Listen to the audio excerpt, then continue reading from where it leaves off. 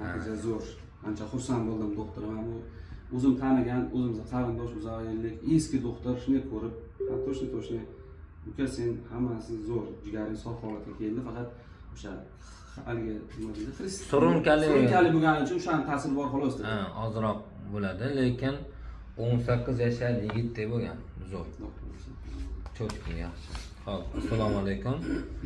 Hurmatli hamyurtlar, aziz do'stlar. Mana hammaga ma'lumki, necha yillardan beri biz yurtimiz sog'lig'i yo'lida tinmay sa'y-harakatdamiz va surunkali gepatit, jigar sirrozi, jigar qattiqlashishi, qandli diabet, befarzandlik, yurak ishemik kasalliklari, psoriaz va boshqa yana teri kasalliklari, onkologik muammolar, buqoq va shunga o'xshash xastaliklarni zamonaviy tibbiyot va sharq tabobatini uyg'unlashtirgan holatda muolajalar olib boryotgandik.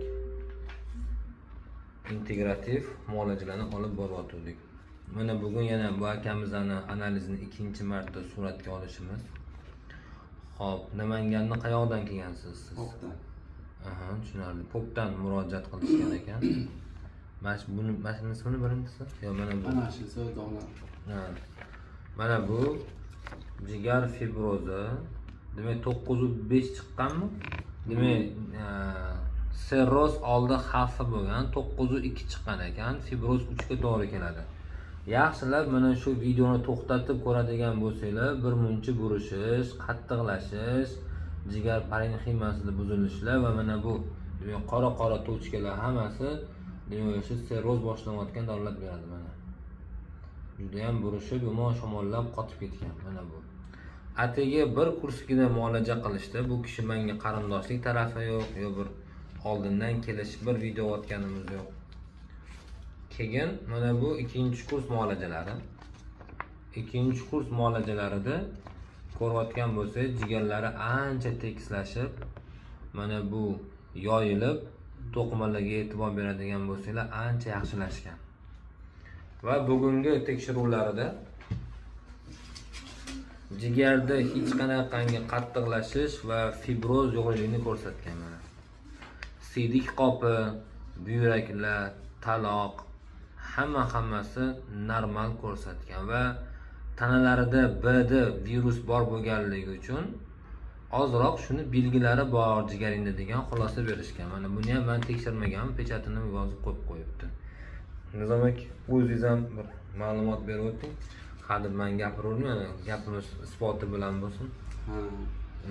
Shu ikki kurs lecheni olganimdan keyin albatta tabiiy tiklanizm ancha quvvatga kirdi. Yarim soat yursam o'sha hozirlanib qolardim. Endi hozir ikkita kursdan keyin yurak urishlarim normaga tushdi. Juda yaxshi o'zgarish bo'ldi organizmda. O'sha kasalligim esimdan chiqib qoldi desam bo'ladi. Normal hayotga qaytdim, Xudoga shukr. Foizda gapirsa necha foiz zo'rsiz? 80-90% zo'r bo'lib ketdim. Ha, yaxshi. Muolajadan rozisiz-a? Roziman. Xudo xolasa. Hammaga shifo bo'lsin, davo topsin hamma kimki shu kasallikni og'riyotgan bo'lsa, tez fursatlarda shifo topib ketish nasib qilsin. Aytadigan gapimiz shu, mana sizlarga kimki shu kasallikdan tuzalarmikinman, ilojisi bormikin degan bir guvoh sifatini ko'rsatyapmiz. Biz oldindan bu videoni tayyorlaganimiz yo'q, to'g'rimi Nizom aka? Bu odam menga qarindoshlik tarafi ham yo'q mana. O'zi kelib, mana o'zi topshirib, o'zi olib kelgan. Demak, Nizom aka, siz shuncha videolarda telefon nomerlarini ham qo'yganmiz, videolar analizlarini ham qo'yganmiz. Demak, o'zingiz taningizda ham ko'rdingiz.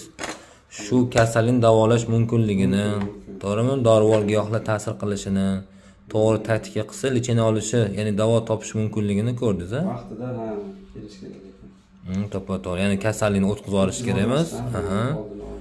Oldini olish kerak va o'sha yomon jiddiy asoratlar qoldirmaslik uchun doktorga murojaat qilish kerak. Xudo xolisa.